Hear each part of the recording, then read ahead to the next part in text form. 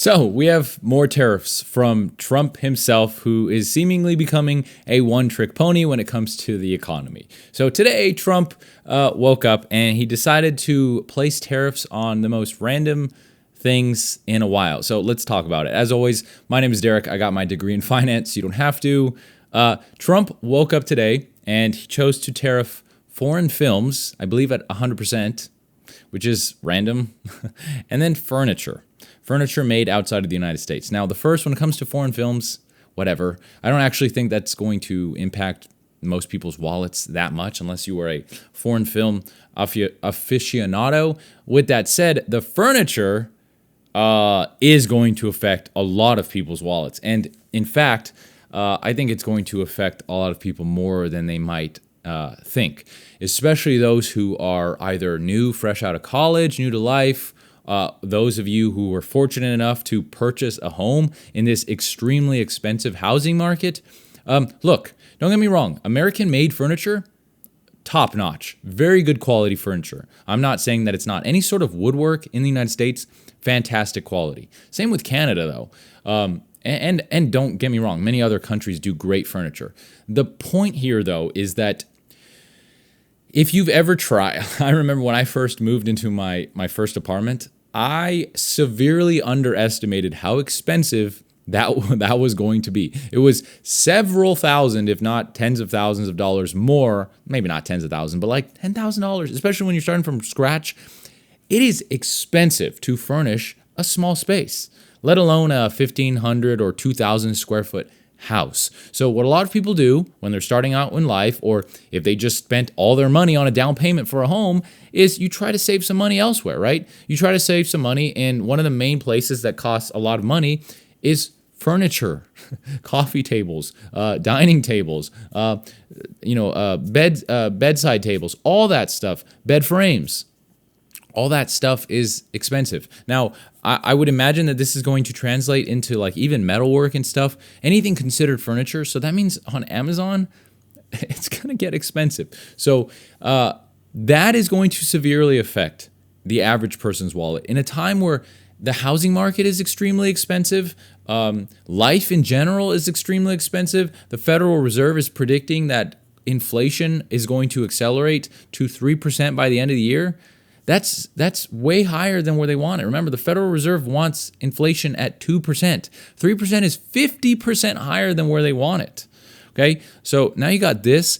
I mean, it's gonna be expensive. I feel for people who are just out of college. On top of already, it's difficult as hell right now to get a job, especially with no experience. If you're fresh out of college, it's a tough job market. I mean, not only did we get revisions, and I've talked about this, you can watch the other videos on my channel, we got massive downward revisions for the job market. So that means that the job market is not as strong as we thought it was. I mean, 1 million jobs, 911,000 jobs were just erased over the last year. That means they never existed.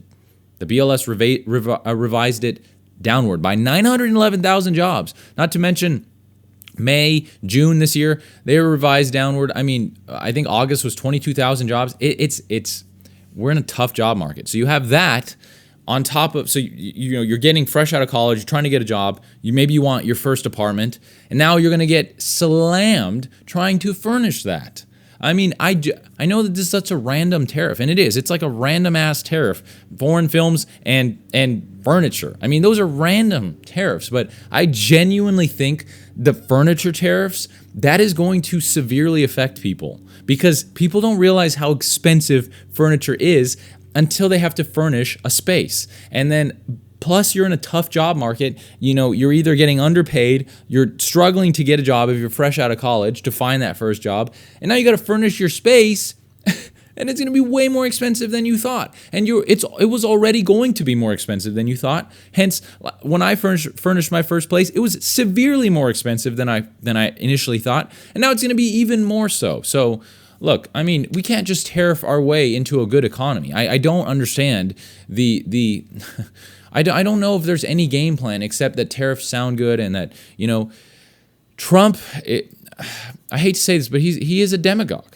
He is 100% a demagogue. He just uses people's prejudices to further his political career.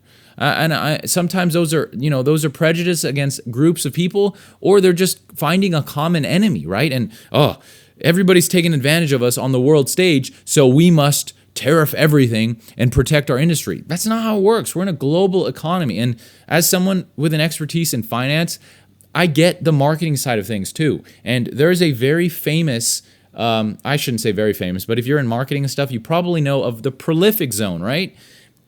This zone basically says that if you say something too normal, nobody's going to care because it's too normal. If you say something insane, nobody's going to care because you sound insane. There's this zone in between there known as the prolific zone where it's just different enough or just odd enough that it catches people's attention, but it sounds like it could be true.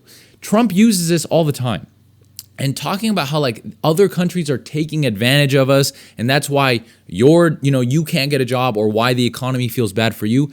That sounds believable enough without sounding too insane, where people grasp onto that. And then these tariffs just seem like an extension of that. And look, I probably sound like I come on here, and when it comes to Trump's economic policies, I sound biased, and I understand that.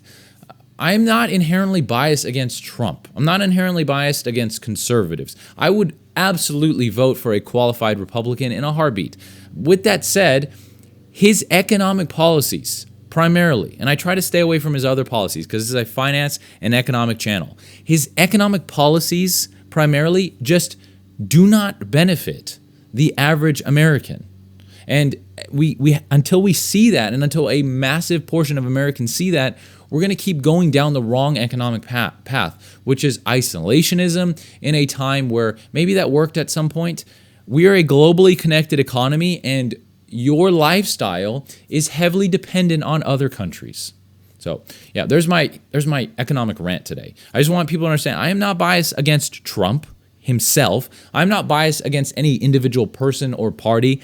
I'm biased against bad policies. I always say I'm biased against stupidity. So it doesn't matter who is doing the bad policy, I will call it out. Same with the jobs revision. That 911,000 jobs, those were revised away from Biden's economy. That it was April 2024 to March of 2025. That's mostly Biden's economy. I will call that out. That means that Biden had basically a 1 million jobs revision to an otherwise what people thought was a good or improving economy. That's horrible. Same with, Kamala Harris wanted to give $25,000 for new home buyers. I mean, that's a horrible policy. That is insanely inflationary on the one asset that is already extremely expensive. So don't get me wrong. I will call out bad economic policies when they're bad. I don't think tariffs are the right way to go. Okay? We need to get inflation under control. We need to get the jobs market booming again. And we need to stop isolating ourselves from the rest of the world. That is how our lives improve, at least economically. If you agree with me, great. If you don't, that's fine. Differing opinions and discourse is what makes this country better. So leave your other opinions in the comments. That's fine. Even if you think I'm an idiot, that is fine. Other opinions are very important. If this video was informative, please consider subscribing. It is difficult to grow here on YouTube, so every subscription matters and means the world to me. I love finance, I love economics, and I love sharing that with you guys. So if this was informative or enjoyable, please consider subscribing. With that said, I hope you have a fantastic rest of your day. I will keep you up to date with everything economic as best as I can. I will see you in the next video. Take care.